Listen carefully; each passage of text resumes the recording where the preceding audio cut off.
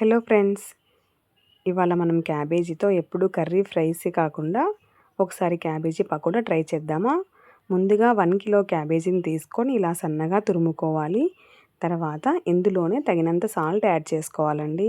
Salt అనేది మనం చాలా తక్కువ వేసుకోవాలి, కొద్దిగా ఎక్కువైనా సరే ఉప్పుగా అవుతుందండి.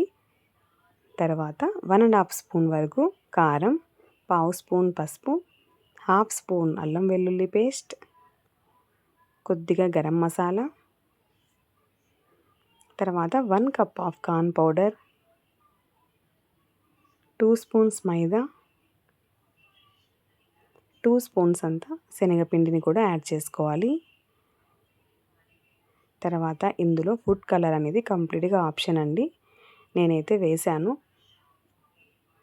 ఇలా అన్నిటిని వేసిన తర్వాత క్యాబేజీని మనం బాగా మిక్స్ చేసుకోవాలి.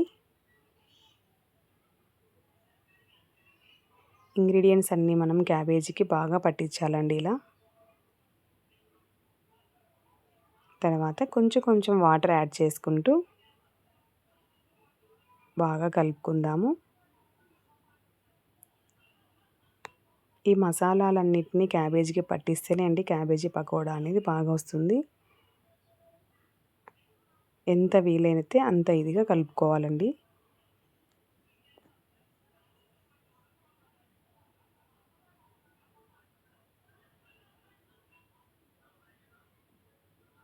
ఇలా మొత్తాన్నిటిని బాగా కలుపుకొని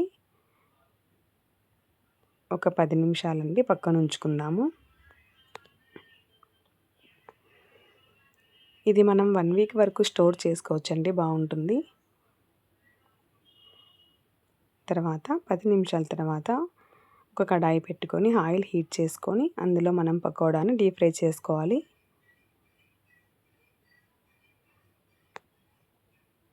ఇలా మొత్తాన్నిటిని మనము ఫ్రై చేసుకోవాలండి. ఇది మన లంచ్, డిన్నర్ టైంలో సైడ్ డిష్గా బాగుంటుంది.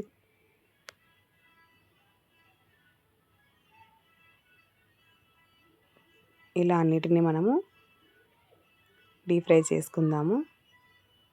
చూడండి, ఈ విధంగా మనకి క్యాబేజీ పకోడా అనేది రెడీ అయింది. ఓకేనా అండి. ఇవాళ ఈవినింగ్ వచ్చేసి ragi malt and cabbage pakoda. Okay, do subscribe అండి. Thank you. బాయ్ అండి.